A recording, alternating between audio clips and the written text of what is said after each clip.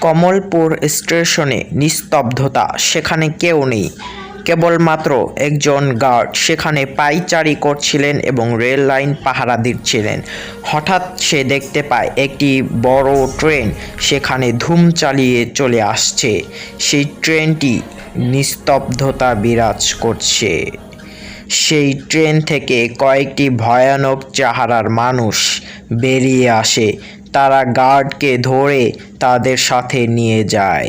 সকালে সবাই শুধু লণ্ঠনটি খুঁজে পায়। আমাদের গ্রামে ছিল একটি ভৌতিক হাসপাতাল। সেই হাসপাতালে সাহসী রহিম সাহেব প্রবেশ করে। হাসপাতালের সবকিছু এবড়ো থেবড়ো হিসেবে ছিটানো ছিল। রহিম সাহেব দেখতে পান একটি ডাক্তার একটি রোগীর চিকিৎসা করছে। তার চোখে বড় বড় লাল রক্ত ছিল। রহিম সাহেব খুবই বেশি ভয় পেয়ে যায়। গভীর রাতে রফিক একটি নৌকা নিয়ে মাছ ধরার উদ্দেশ্যে নৌকা বাইছিল। রফিক মাছ ধরার জন্য তার জালটি নদীতে ফেলে দেয়। রফিক তখন দেখতে পায় কয়েকটি ভয়ানক মাথাওয়ালা মুখ তার দিকে তাকিয়ে হাসছে। রফিক অজ্ঞান হয়ে যায় এবং সে সকালে নিজেকে চায়ের দোকানে। গভীর এক রাতে আমি আমার বিপুল টিউশনি শেষে আমি আমার বাসায় যাচ্ছিলাম। হঠাৎই আমি আমার পেছন থেকে একটি ভয়ানক হাঁটার শব্দ শুনতে পাই। আমি মোবাইলের টর্চটি চালু করে পেছনের কুয়াশায় মারি। তখন আমি দেখতে পাই একটি ভয়ানক চেহারার মহিলা আমার দিকে এগিয়ে আসছে। আমি ভয়ে দৌড়াতে থাকি এবং দৌড়াতে দৌড়াতে আমি আমার বাসায় চলে আসি। রাত তখন প্রায় 2টা বাজে। রাহাতের মোবাইল থেকে ভেসে হলো একটি কর্কশ শব্দের আওয়াজ। রাহাত ঘুম থেকে উঠেই তার কলটি ধরে। অপর প্রান্ত থেকে শব্দ আসে, তুমি রুমে একা নেই, তোমার সাথে আমিও আছি। রাহাত দেখে তার রুমের দরজাটি খোলা। সে তাড়াতাড়ি রুমের দরজাটি আটকিয়ে দেয়। তখনই রাহাতের পেছন থেকে একটি ভয়ানক চেহারা রাহাতকে ভয় দেখাতে থাকে। সকালে পুলিশরা শুধু রাহাতের মোবাইলটি খুঁজে পায়, কিন্তু রাহাত। আমাদের গ্রামে ছিল একটি অভিশপ্ত বাড়ি। কেউ সেই বাড়িটিতে যেত না। আমি এবং আমার বন্ধু একদিন সিদ্ধান্ত নিলাম যে আমরা সেই বাড়িটিতে প্রবেশ করে দেখব। বন্ধু, তুমি ভয় পেও না, আমরা এক্ষুনি সেই বাড়িটিতে ঢুকবো। বাড়িটিতে ঢুকতেই আমরা দেখতে পাই একটি ভয়ানক দৃশ্য। এটি আমাদের চোখকে ভয় পাইয়ে দেয়। আমরা আমাদের জীবনের মায়া নিয়ে প্রাণ খুলে দৌড়াতে থাকি। কিন্তু কষ্টের কথা, আমরা এখন তাদেরই এক। বরিশাল গ্রামে রফিক এবং শফিক কথা বলছিল। কে রে, আজকে ভাবছি যে রাতে আমরা পিকনিক করব ওই জঙ্গলের কাছে, চল। তারা দুজন পিকনিক করার জন্য রওনা দিতে থাকে। কেরা বন্ধু, এই জায়গাটিতেই আমরা আজ রাতে পিকনিক করব। পিকনিক করার জন্য দ্রুত ক্যাম্প বসা। তারা দুই বন্ধু পিকনিক করার জন্য ক্যাম্প বসাতে থাকে মাটিতে। তারা দুজনই দেখতে পায় জঙ্গলের গাছের কাছে একটি ভয়ানক দৃশ্য। তার চোখ দুটি জল জল করছিল। তারা দুই বন্ধু নিজেদের প্রাণ বাঁচানোর জন্য অনেক জোরে অফিসের কাজ শেষ করে আমি আমার বাসায় যাবার জন্য ট্রেনের জন্য অপেক্ষা করছিলাম রেল স্টেশনে। কাঙ্ক্ষিত সময় পর আমার ট্রেনটি চলে আসে। আমি এবং আমার সাথে আরেকজন লোক ট্রেনের ভিতরে বগিতে বসেছিলাম। কি ভাই, আপনি কোথায় যাবেন? কোথায় যাবার জন্য আপনি ট্রেনে উঠেছেন বলুন তো দেখি। ভাই, আমি যেখানে যাব সেখানে আপনিও যাবেন আমাদের সাথে। আমাদের যাওয়ার কোনো ঠিকানা নেই। কি ভাই, কী সব অদ্ভুত কথা বলছেন? আপনি কেন আমার সাথে যাবেন বা আমি কেন আপনার সাথে যাব? আপনার কথার মানেটা কি ভাই? ততক্ষণে দেখি ট্রেনটার ভেতরের পরিবেশটা অদ্ভুত হয়ে গিয়েছে। গা জমজমে মেঘলা আবহাওয়া। আমি অজ্ঞান হয়ে যাই। যখন আমার ঘুম ভাঙে তখন আমি দেখতে পাই গ্রামের কয়েকটি মানুষ আমার সাথে দাঁড়িয়ে আছে। ভাই, আপনার কাহিনীটা কি বলুন তো? আপনাকে আমরা গ্রামের সামনে খুঁজে পেয়েছি, গ্রামের মেঠো পথে। ভাই, আমি বাড়িতে যাবার জন্য শেষ ট্রেনটাতে উঠেছিলাম, তখনই আমার সাথে একটি লোকের দেখা হয়। সে অদ্ভুত কথা বলতে থাকে এবং আমি অনেক ভয় পাই। ভাই, আপনি তো জানেন না যে সেই ট্রেনটি অনেক আগে অ্যাক্সিডেন্ট করেছিল এবং সেই ট্রেনে থাকা 1000 জন যাত্রী মৃত্যুবরণ করে এবং আপনি হয়তো সেই ট্রেনের ড্রাইভারকেই দেখেছিলেন। সেই ভয়াবহ রাতের পর আমি আর কখনোই ট্রেনে যাইনি।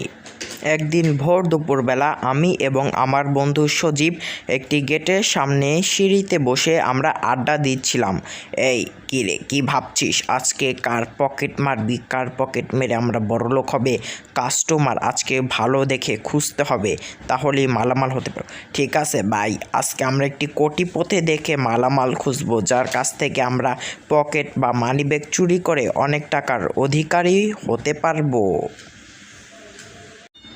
তারা তাদের কাস্টমার খোঁজার জন্য তাদের শহরের প্রধান রাস্তার দিক দিয়ে রওনা দিতে থাকে। কে রে ভাই, আপনি কি অনেক বড় লোক? কোথা থেকে এলেন ভাই? আপনার ওই ব্যাগটা দেখে মনে হচ্ছে আপনি খুবই বড় লোক। তাহলে আপনার ব্যাগটা আমাকে দিয়ে দিন।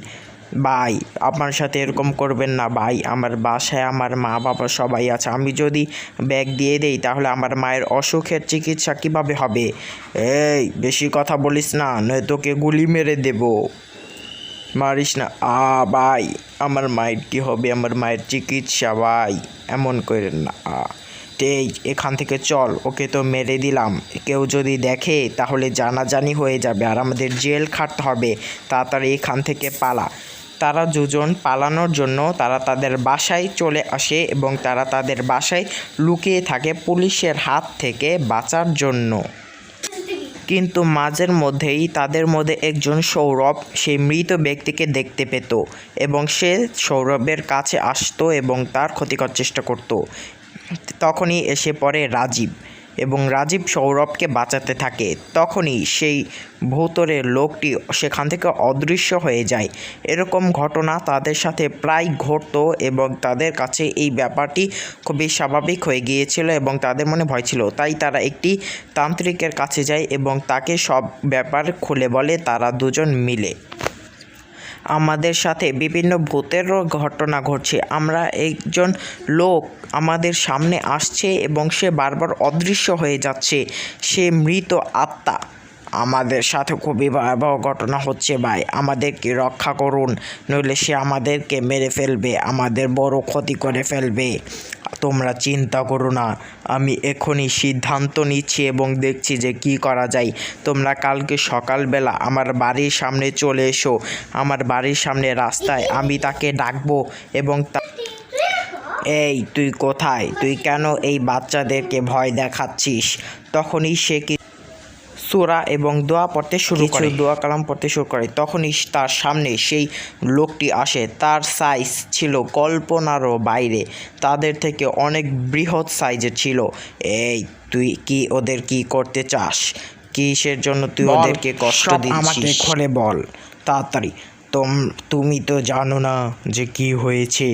ওরা আমাকে মেরে ফেলেছে আমার টাকার লোভে।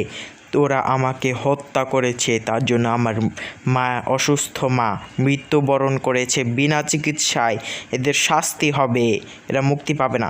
তখন এই তান্ত্রিক কিছু করতে চলে যায় এবং সে তাৎক্ষণিক কিছুক্ষণ পরেই ফিরে আসে এবং সে তার সাথে একটি পুলিশকে নিয়ে আসে। এই পুলিশ, পুলিশ, পুলিশ কেন? পুলিশ কেন? পুলিশ কেন? তখনই পুলিশ বলতে শুরু করে যে আমি সব শুনে গেছি, এই তান্ত্রিক আমাকে সব বলে দিয়েছে। তোরা লোকটিকে হত্যা করেছিস না? হত্যার শাস্তি হত্যা। এখন তোকে আর কে বাঁচাবে? তোদের কোনো রক্ষা নেই। আমাদেরকে মাফ করে দিন পুলিশ অফিসার, আমরা টাকার লোভে এইসব করে ফেলেছি। পুলিশ অফিসার, আমাদের মাফ করে দিন, আমরা অবুঝ, আমরা ফাঁসি পেতে চাই না, আমরা মৃত্যু পেতে চাই না। হত্যার শাস্তি হত্যা, তোদের এখন ফাঁসি হবে, তোদের আদালতে নিয়ে কারাদণ্ড দেওয়া হবে, যাবজ্জীবন বা শাস্তি। তখনই তারা দুজন অনেক কষ্ট পেয়ে কাঁদতে থাকে এবং তাদের যাবজ্জীবন কারাদণ্ড বা ফাঁসির কথা শুনে তারা অনেক অঝোরে কাঁদতে শুরু করে এবং তারা খুবই